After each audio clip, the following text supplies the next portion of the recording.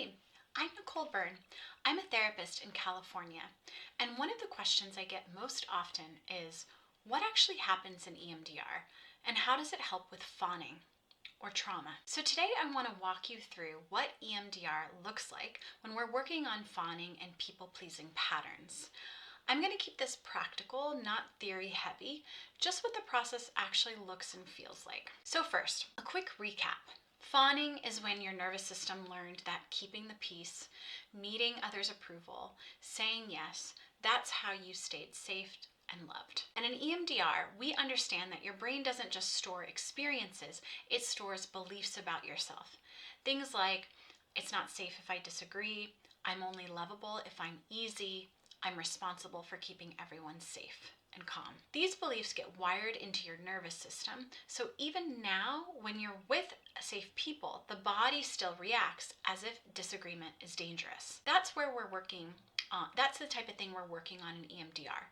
Not just the behavior, the stored belief underneath it. So what does EMDR do? EMDR helps your brain reprocess those stored beliefs so your body doesn't react like setting a boundary is life-threatening. Here's a simple way to think about it. When you go through an experience where you learn, I'm not safe if I speak up, your brain stores that memory in a way that keeps it stuck.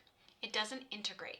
It remains in raw form. So now, years later, when you try to set a boundary or say no, your nervous system pulls up that old file and responds like you're still in danger. EMDR helps your brain finish processing that memory so it becomes something that happened in the past, not something your body is still reacting to in the present. The belief shifts from, I'm not safe if I disagree, to I'm okay just as I am, even when I disagree. So what does this actually look like in a session? We start by identifying a memory or experience that's connected to the fawning pattern.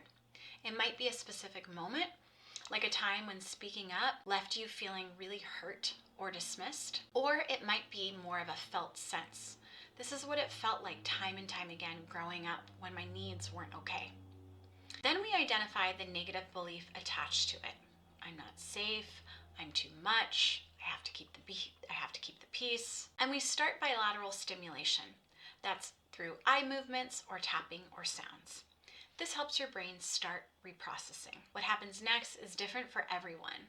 Sometimes people notice a shift in their body sensations, such as tightness in their chest. Sometimes emotions come up like sadness, anger, fear. Sometimes memories or image surfaces, or the image that you are recalling can start to shift. And sometimes it's quieter, just a sense of things shifting. My job is to help you stay present with whatever comes up and to let your brain do what it's trying to do, which is process and integrate. Over time, that memory or experience loses its charge and it becomes less activating. The belief also starts to shift. And in your real life, setting boundaries may not feel as terrifying.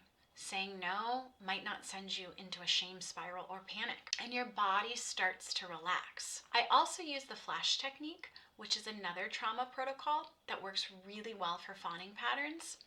I'll make a separate video explaining flash because it's worth understanding on its own. So what actually changes? You start to notice you can say no without spiraling. You set a boundary and your body doesn't go into panic mode. Someone's upset with you and you don't immediately try to fix it. You can pause and slow down and notice and be more effective. You can access what you actually want, not just what everyone else needs. Your default isn't fawning anymore. You have more agency and choice. That's what EMDR does. It doesn't just teach you coping skills, it helps your nervous system update the program. EMDR isn't magic.